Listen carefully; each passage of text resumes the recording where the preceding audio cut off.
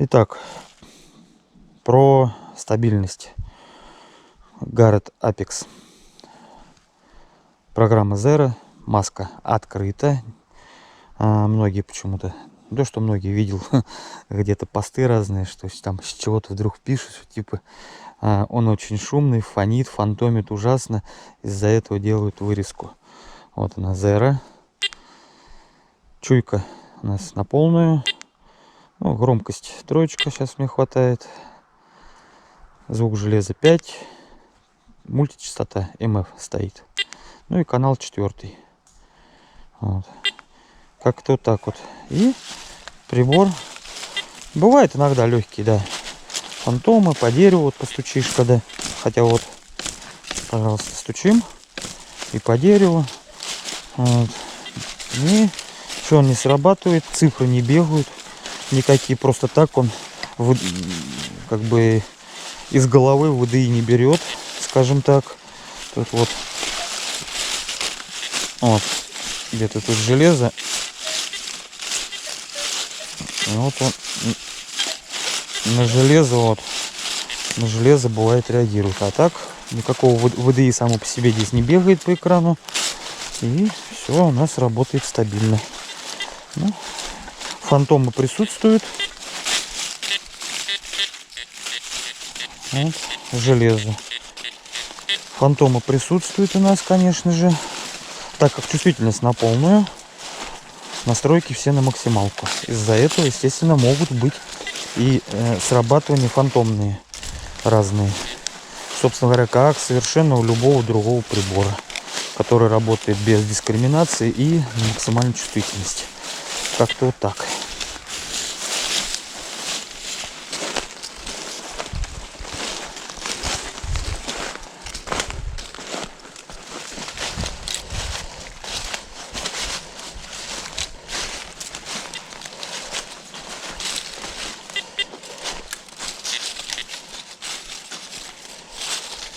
Железка.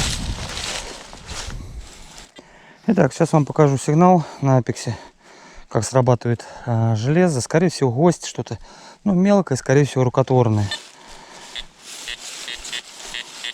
Вот такой сигнал идет. По озвучке он черный. 22-24. Ну и вот тот сигнал, который мне показал металлодетектор, где копать. Больше похоже на гвоздь. Ну, более-менее, скажем так, полезная находка, как сопутка. Соответственно, повторюсь еще раз, если числовое ВДИ больше 20 показывает, но сигнал черный, то, в принципе, стоит копнуть, поглядеть.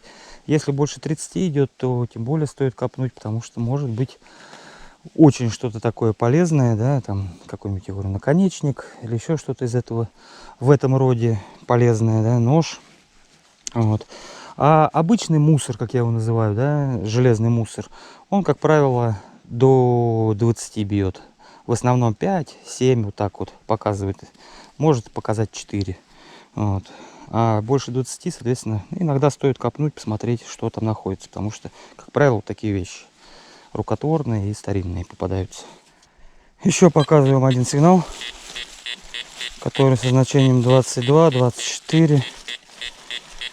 Вот. Ну, так как здесь что-то такое древнее не попадается в этих местах, то вполне возможно, что сейчас будет какой-нибудь гвоздь, еще что-то.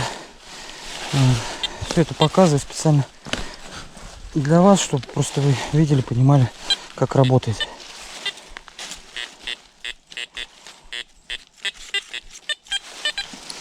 Так. Что-то такое сейчас.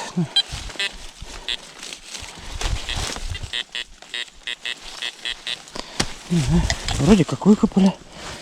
Может быть, выкопали. Сейчас посмотрим.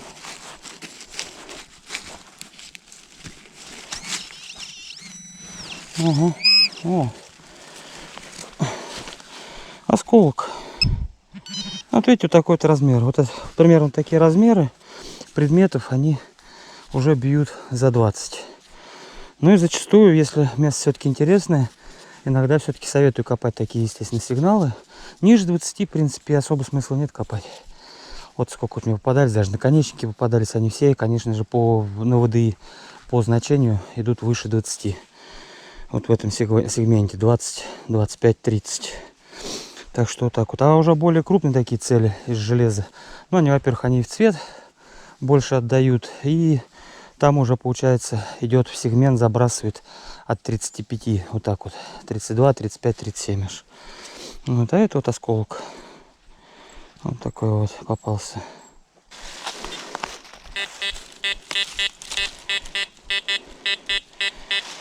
Вот сигнал еще показываю. Вот так звучит черное. Именно черный сигнал. По идее, ребят, что-то такое большое должно быть. Древнятина маловероятно. Ну, что-то такое старое. Прям, но что-то большое. Ну, я же говорю, как бы я знал, что это железный сигнал. Железо и что-то большое. Так оно и есть, пожалуйста. Да? Вот такая приблудина летая. Это число УДИ показывает именно на что-то такое крупное. На крупные вещи. Повторюсь еще раз. Просто такие сигналы надо копать периодически. Если есть какие-то сомнения, чтобы проверить. В этом месте сейчас походили, мы уже проверили все. Вышли от поляна, она заросшая. Таких империй попадается.